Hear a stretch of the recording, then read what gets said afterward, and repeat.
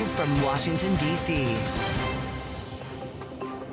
From Bloomberg's Washington, D.C. studios to our TV and radio audiences worldwide, welcome to Balance of Power. Alongside Julie Fine, I'm Joe Matthew, live on Capitol Hill. Tonight, Greenland goes red on the Bloomberg terminal. Denmark officials emerging from a high-stakes meeting at the White House saying a fundamental disagreement remains with the U.S.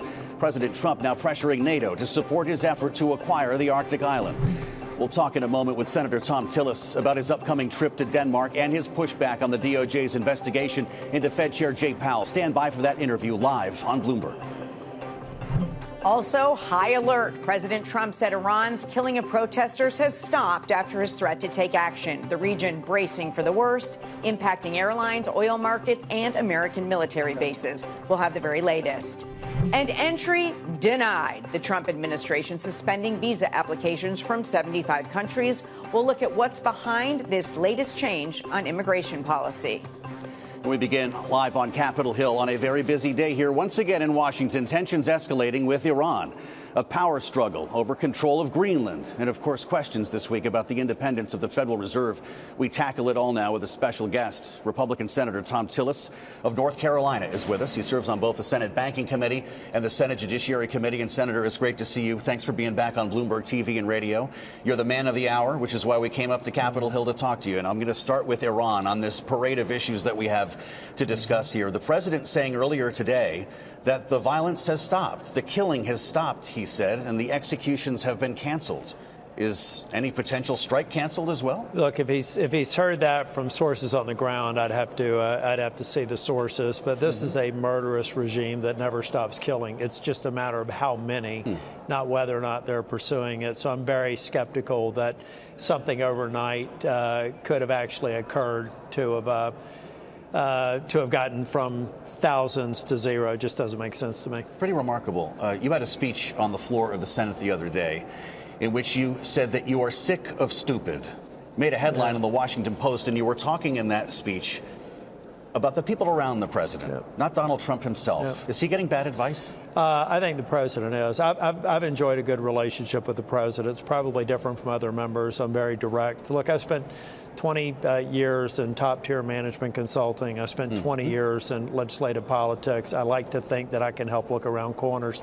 I see advice here that's not taking care of the president's best interest. The Greenland position is a good example.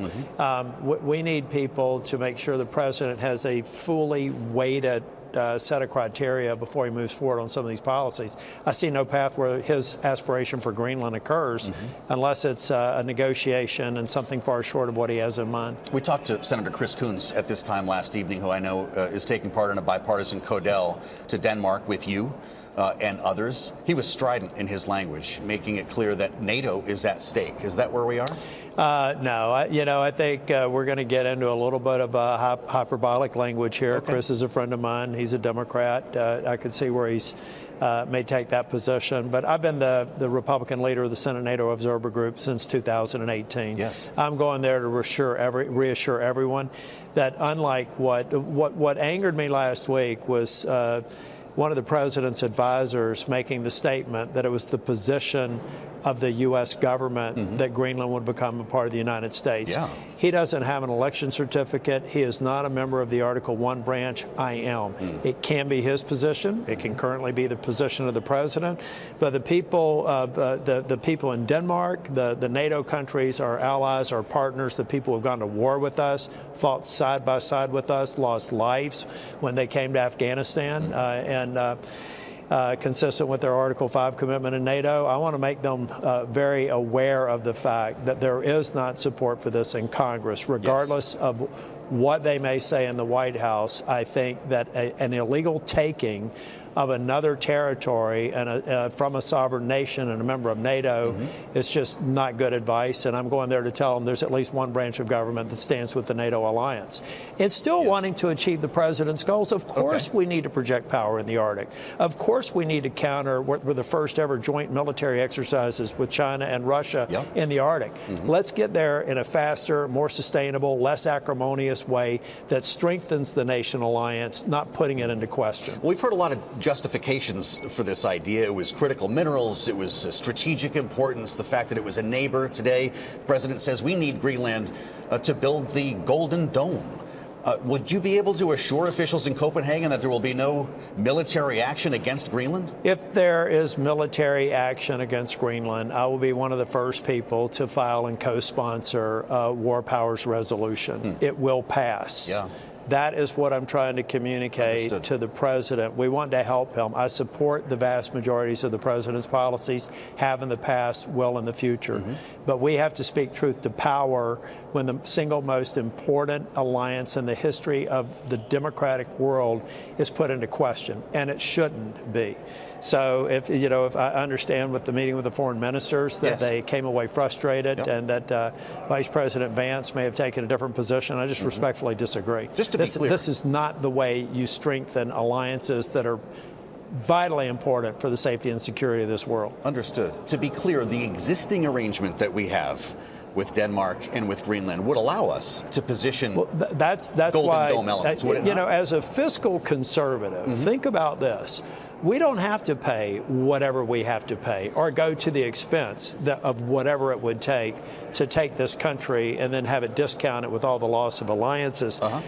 At our height, we had as many as 17 military installations there. There's no question that that Denmark and that Greenland would like to have American technology to potentially fully realize the rare earth minerals potential they have there. There's no doubt that the infrastructure that at one point allowed as many as 17 military bases could be modernized, and we could be there with an ally projecting power in a contested part of the world. That's what I mean. It would cost us less money, it would produce less tumult, and give us the same sort of capability. What is not to like about that plan? The question I have is, did anyone actually tell the president that all that was possible, and it was possible not because of some future planning, but because it's been that way in the past? Right, yes. All of that said, we've also got something cooking in Venezuela. Oh, yeah. Should there be a war powers? No, I think that by voting for the war powers resolution that Senator Kane, look, it's a messaging exercise, right? How are they different? I'll explain. Number one, it's a messaging exercise. Does anybody really believe that this president wouldn't veto it? And it is subject to veto authority. Sure. There's also a question as to whether or not the House would even, whether it would be successful in the House. So at the end of the day, it's a messaging exercise. Although they have their own war powers in the House. I know, but I thought it sends a message that I didn't support, that I would not be supporting what the president did in Venezuela. I am thrilled with the precision and the exquisite execution of what it took to get Maduro and his wife into custody, and now have to defend themselves in a court of law. I don't want anyone to think that I'm the least bit concerned with the execution of that. I also know that there are no boots on the ground. And so to me, it's a war powers resolution flexing a message that I don't agree with in the same week that I'm happy with what they did. In the future, if boots go on the ground, of course we're going to have a war powers resolution. That's the line for you. Yeah, we're going to need all that, because at some point, if we really want Venezuela to be successful, we've got to have a long-term plan that goes far beyond this president, so they can achieve what their real potential is in Venezuela, and it's enormous. If we're talking about a 10-year build-out, that's for sure. I worked in Venezuela around the turn of the century, and I've always said they are one of the most extraordinary. Their natural resources, their geographic positioning, they could be the envy of the Western Hemisphere if we help them, and I think that's what the president wants to do. Interesting. I have to ask you about what's going on with the chairman of the Federal Reserve. This has put you on the front page. Content-rich week, huh? Well, I should say so, and it's only Wednesday, Senator. You've been on front pages all over the country as essentially the face of opposition to this idea, at least from the Republican side of the aisle. President Trump says he didn't know it was coming. The idea of Jay Powell in an orange jumpsuit has upset a lot of people up here on Capitol Hill. Is that where this is going? Yeah, look, I think, I probably leaned in more heavily than other people, but everybody should look at the statements made by House and Senate members about their concern. The president said he wasn't aware of it. I wasn't either. When I When I saw something like that, I thought we had to move very quickly again to make sure that the markets, I think the markets could have reacted very differently this week if everybody thought that the independence of the Fed was about to be shredded. The market didn't take it that seriously. I think that the market saw statements from members of Congress and others who are saying, look, you want to go through this process. It's remarkable to me that someone in the DOJ would move without the president's knowledge, but apparently they did. But look, if suddenly the threat of a lawsuit can take a chair out of play, how can anybody think that that's anything more than a de facto ending the independence of the Fed? And we all know what that does to markets worldwide.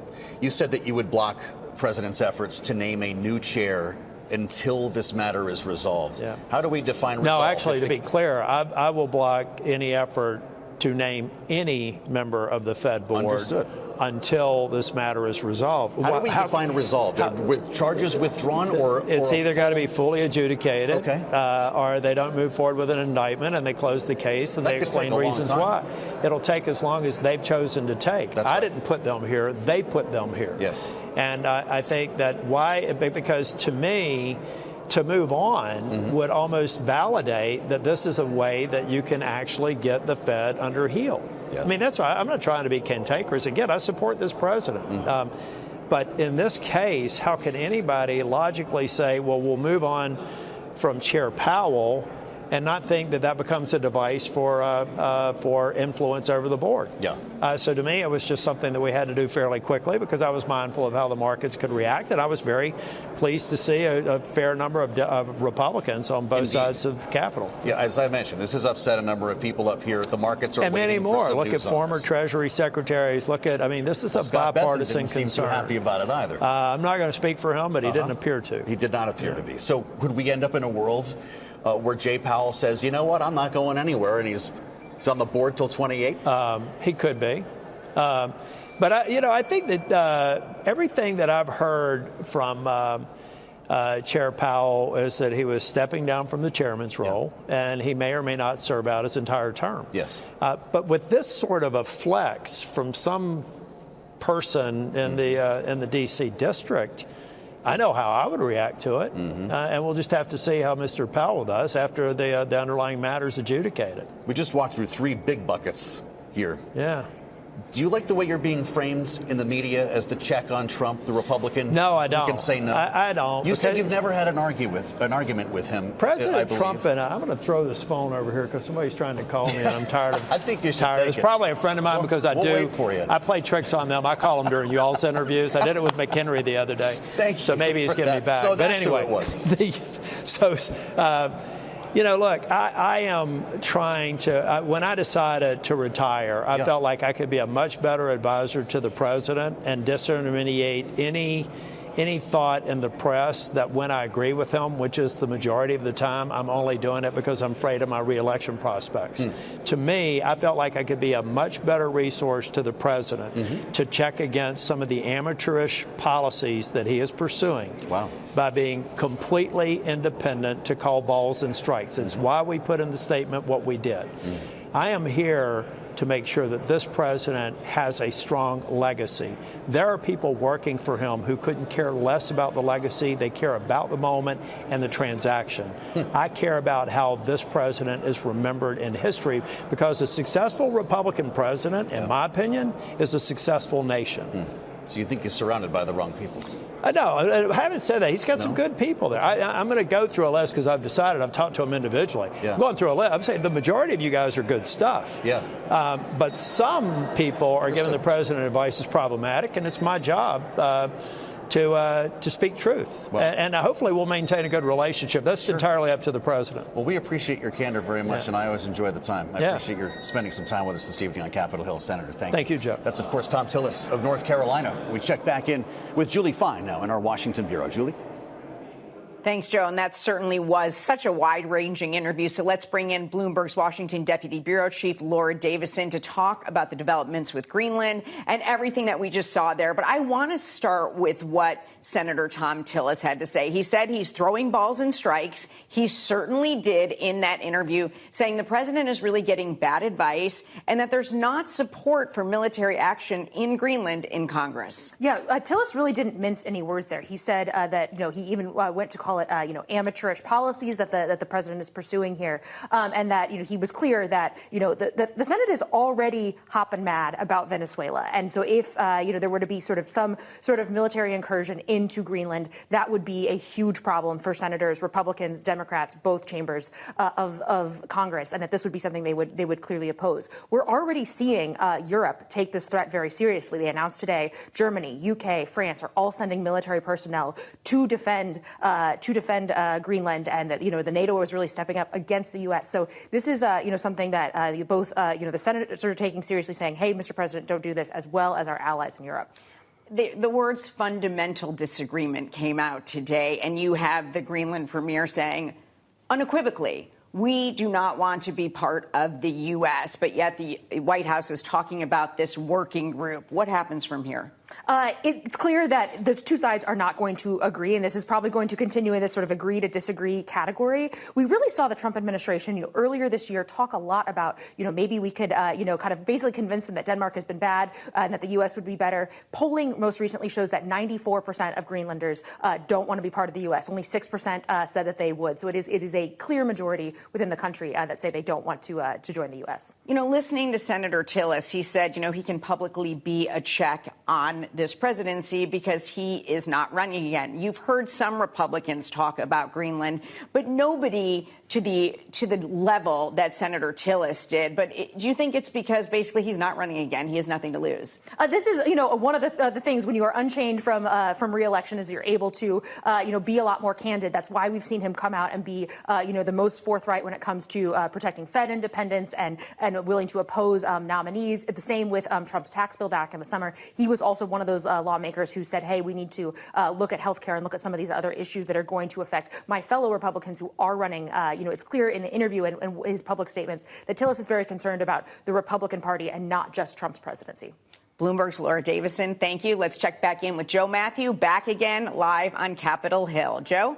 All right. Thank you, Julie. Yeah, we'll be up here for the duration this hour, bringing you voices from both sides of the aisle. And coming up, the State Department halting issuing visas for more than a dozen countries. And we're going to bring you those details next, only here on Balance of Power on Bloomberg TV and radio.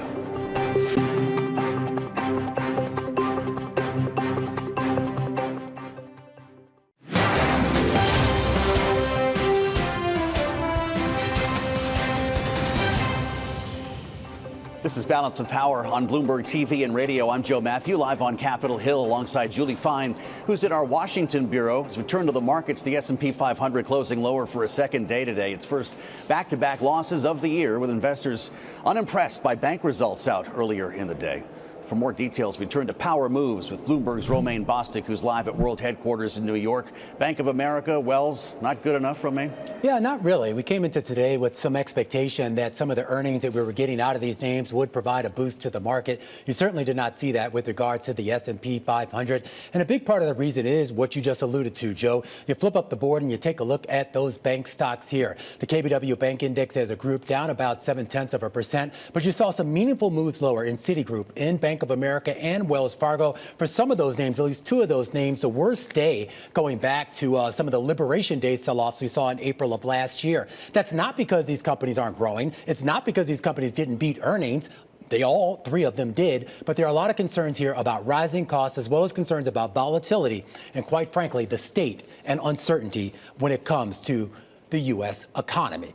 That actually fed into what we saw in another pocket of the market, particularly when it comes to a lot of the retail and apparel companies. Remember, we were expected to get a ruling a little bit earlier today from the Supreme Court on those Trump tariffs. Now, whether those tariffs stand or whether they fall by the wayside, for a lot of investors, that's immaterial. They just want some clarity and some sense of what that direction is. And until they get that, well, they're going to be a little bit pessimistic. You saw a drop in shares of Nike, a drop in shares of Urban Outfitters, Lululemon, pretty much any major apparel or retail company that sources a lot of its goods from overseas, particularly China. Those names, Julie and Joe, were on the back foot all day long.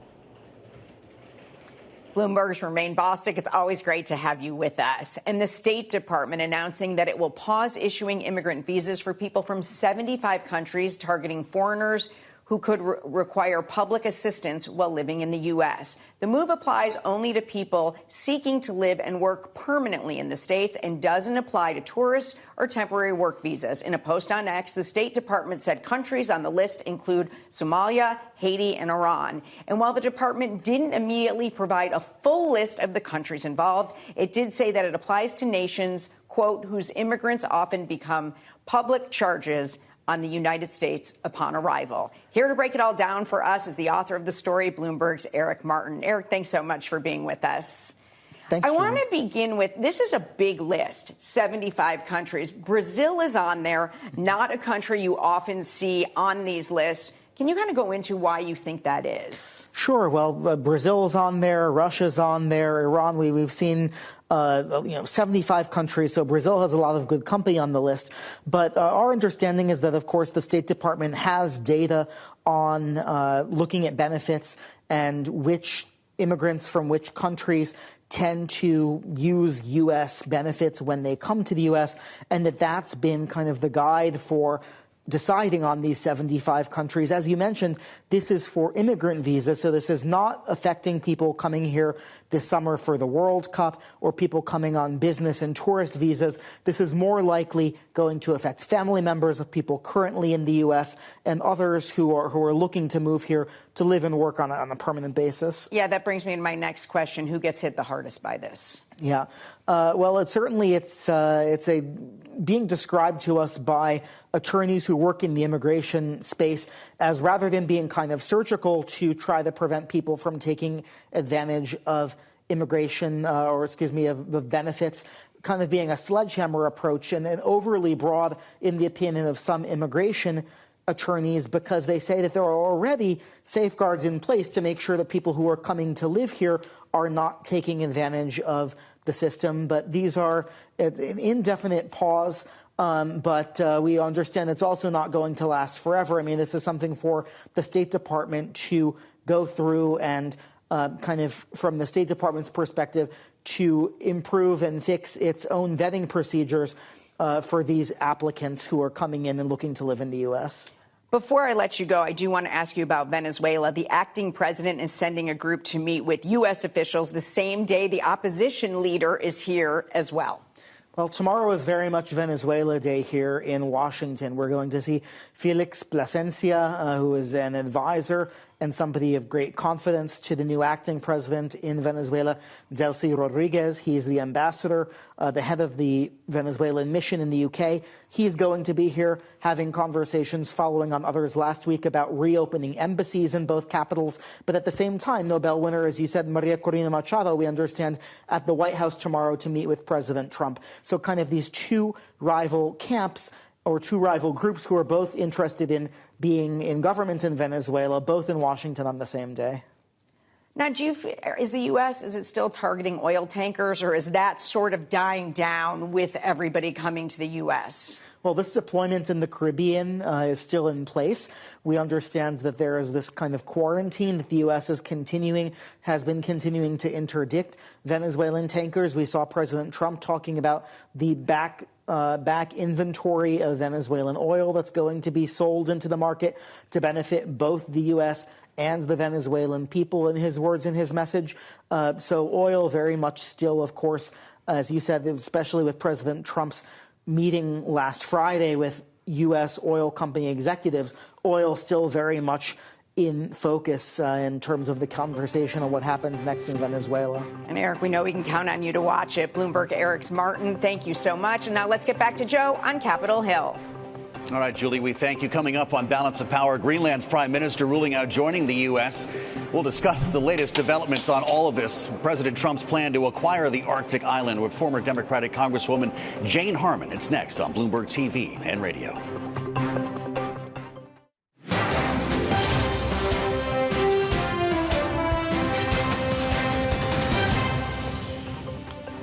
This is Balance of Power on Bloomberg TV and radio. I'm Joe Matthew, live on Capitol Hill alongside Julie Fine in our Washington bureau. Hey, Julie. Hey, Joe. President Trump doubling down on his demand for the U.S. to take control of Greenland and is now calling on NATO to support his effort. Greenland's premier is responding to President Trump's pitch, and Trump had this response. Take a listen. Now we are faced with a geopolitical crisis, and if we have to choose between the United States and Denmark here and now, then we choose Denmark. We choose NATO, we choose the Kingdom of Denmark, we choose the European Union. That's their problem. That's their problem. I disagree with him. I don't know who he is, don't know anything about him, but that's going to be a big problem for him. Now, after a meeting between top diplomats, Denmark is saying that there's a, quote, fundamental disagreement with the U.S. over Greenland. Joining me now here in our Washington bureau with the latest developments is Bloomberg's Copenhagen reporter, Sanne Voss. Sanne, thank you so much for being with us.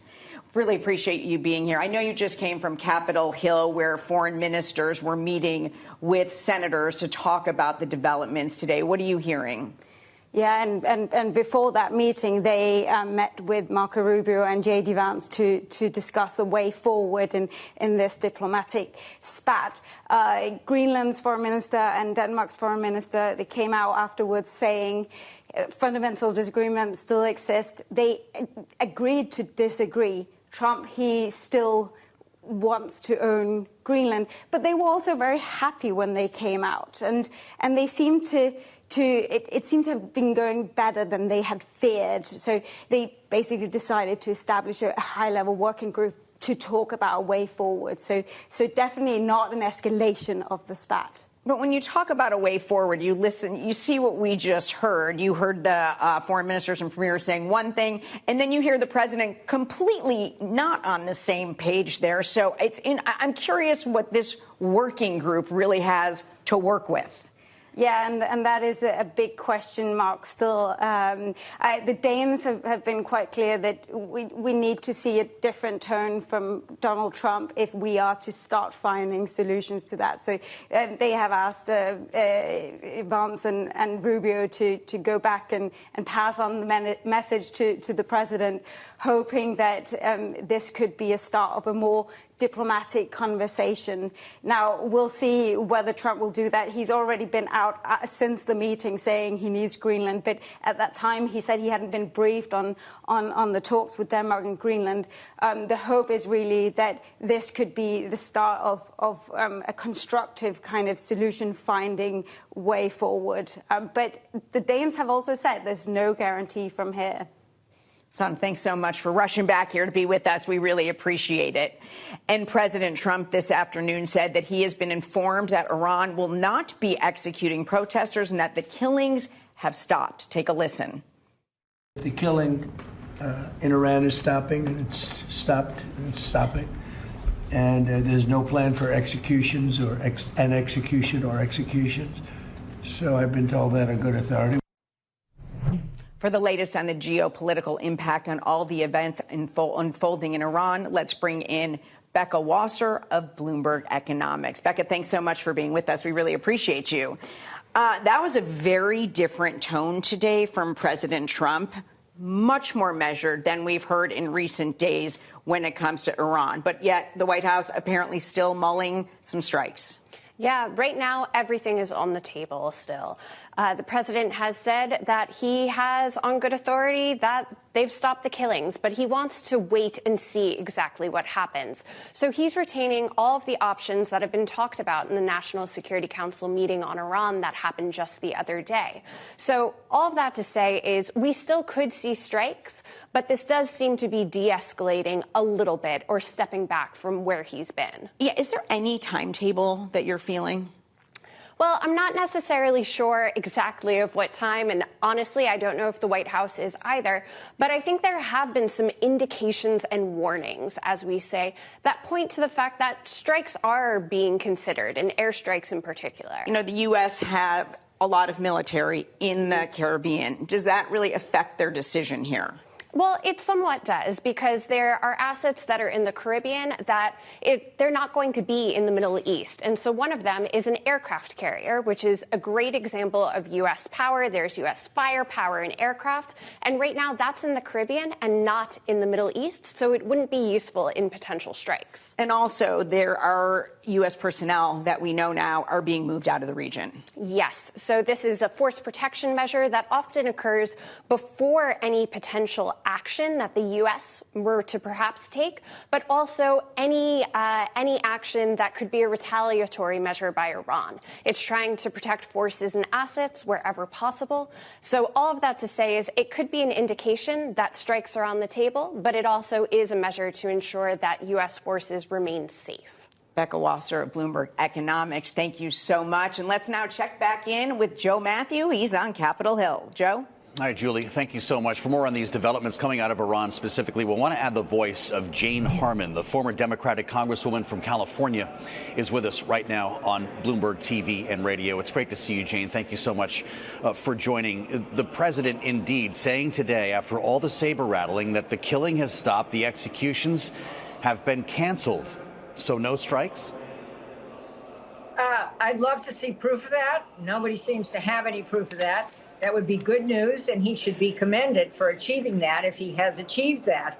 I doubt it. I don't see why Iran would want to give some edge to these protesters who are being incited by our president and others, the son of the late Shah as well. So it makes no sense to me that this would stop, and I don't see a deal with Iran, and I certainly don't see a deal with a nuclear deal with Iran. Yeah. So I it's wishful thinking, is my view. Well, if Becca's right and we take the White House at its word that military strikes are still on the table, was it a bad idea in retrospect to send the USS Gerald Ford to the Caribbean? Well, most of us warned that made no sense. Yep. By the way, if I were China right now, if I were Xi Jinping, I'd be sitting there wondering, would this be a good time to move on Taiwan while the U.S. is totally distracted, its assets are everywhere else, and there are no brain cells left to try to think through what I'm doing. Plus, I have a permission slip because this is what President Trump did in Venezuela. So, one just boggles my mind. But we don't have our equipment where we need our equipment. And if I were advising, I think in the Chinese theater would be a lot more sensible than where it is. And we don't have a next act in Venezuela. I mean, Trump is calling himself the acting president of Venezuela. Well, we have somebody who is in the existing government. I'm not exactly sure what that will do, other than maybe increase the flow of oil to oil companies that, for the moment, don't want to invest in Venezuela. But they don't want to invest in part because there isn't stability guaranteed there. And the same thing may happen in Gaza. You haven't asked me about that yet, but we've now announced a technical team that's supposed to move in there, except Hamas isn't gone. And I don't see where the stability will come from there. I'm hoping that all this makes sense and that we do have follow-on acts. But to me, I find it baffling. And I think if President Trump is watching his poll numbers, that his attention needs to be elsewhere right now. So you just did bring up Gaza. What do you think then would be the best approach for President Trump to take there?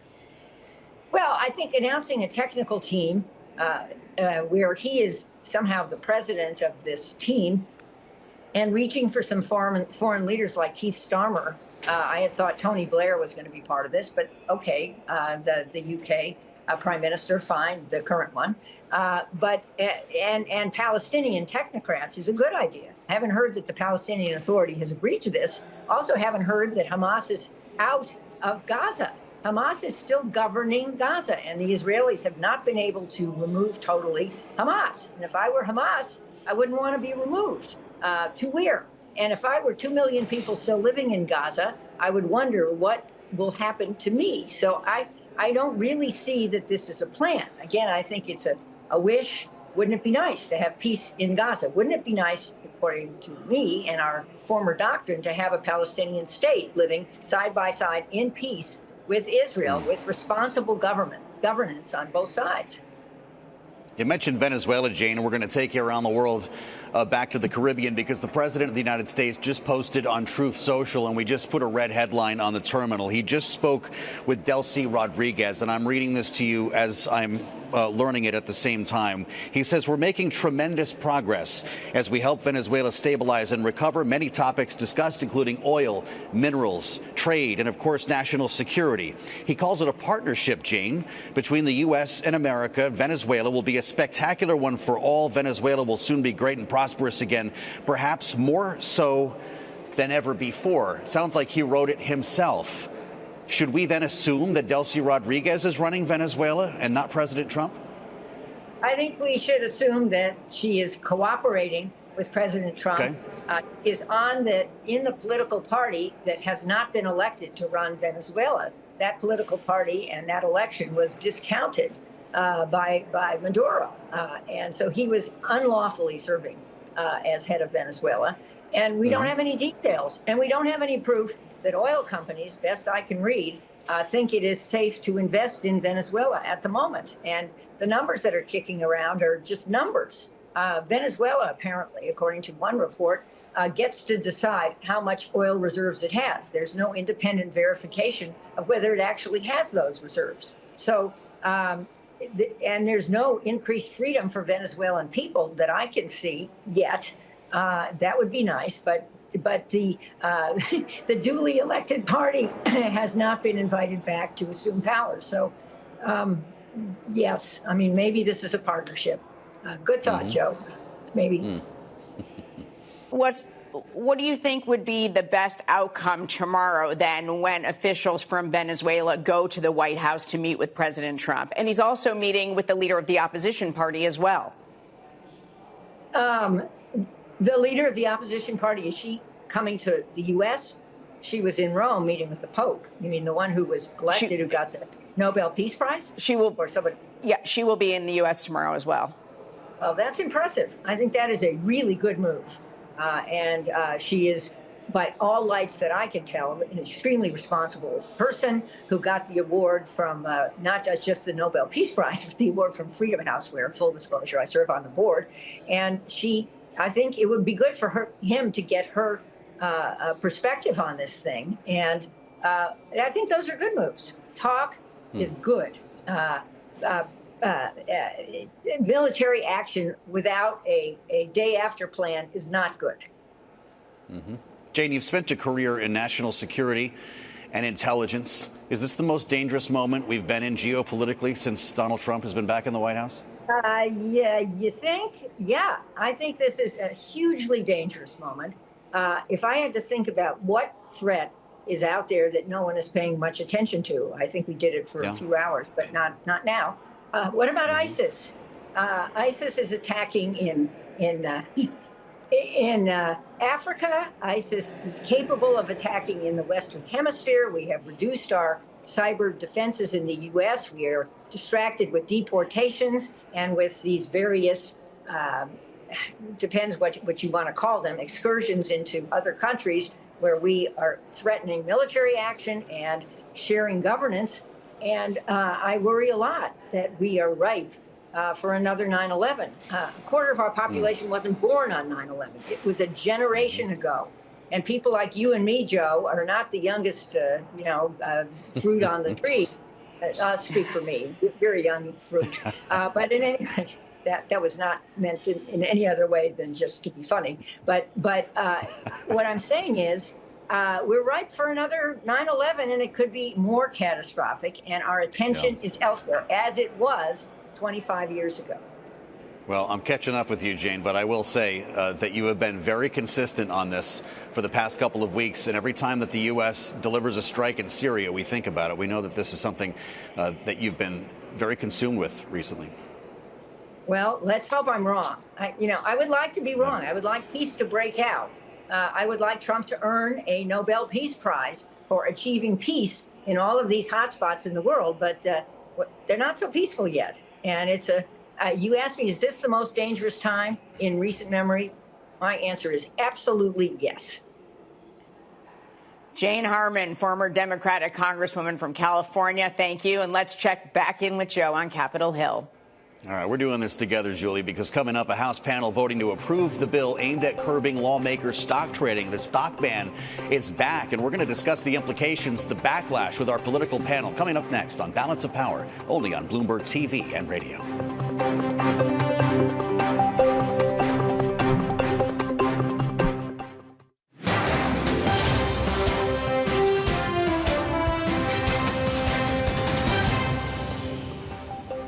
This is Balance of Power on Bloomberg TV and radio. I'm Joe Matthew, live on Capitol Hill alongside Julie Fine in our Washington bureau. We'll assemble our political panel coming up next for some of the stories we're watching in today's Power Brief. Federal agents searched the home of a Washington Post reporter for classified documents earlier today, seizing her phone, 2 laptops, and a Garmin watch. Agents told the reporter she was not the target of the probe, which, according to the warrant, was part of an investigation into a Pentagon contractor who has been accused of taking home classified intelligence reports that were found in his home. President Trump signed an executive order this afternoon allowing schools to serve whole milk as part of a federal lunch program. The Whole Milk for Healthy Kids Act will reverse a decade-old law that limits schools participating in the National School Lunch Program to only offer fat-free and low-fat milk. The signing comes after the administration rolled out new nutrition guidelines last week, encouraging Americans to eat more animal-based protein and consume less sugar. And this morning, the House Administration Committee approved a bill introduced by Chair Brian Stile, who joined us on the early edition of Balance of Power, barring congressional members from trading stocks. The bill will now move on to a House vote, a full floor vote, where it faces a lot of scrutiny from Democrats for allowing members of Congress to retain their existing holdings when they're elected and use dividends to purchase more of those stocks. Chairman Stile discussed the criticisms, as I mentioned earlier, on Bloomberg TV and radio. Here's what he said.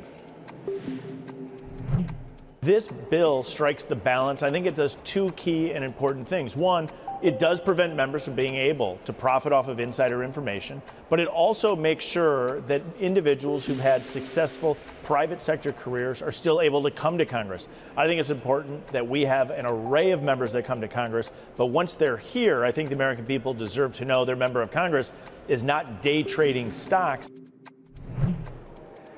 Joining us now with their reaction is this evening's political panel. Jim Kessler, Democratic strategist and Executive Vice President for Policy at Third Way, alongside Republican strategist Ashley Davis, partner at S3 Group. Thank you all for being with us.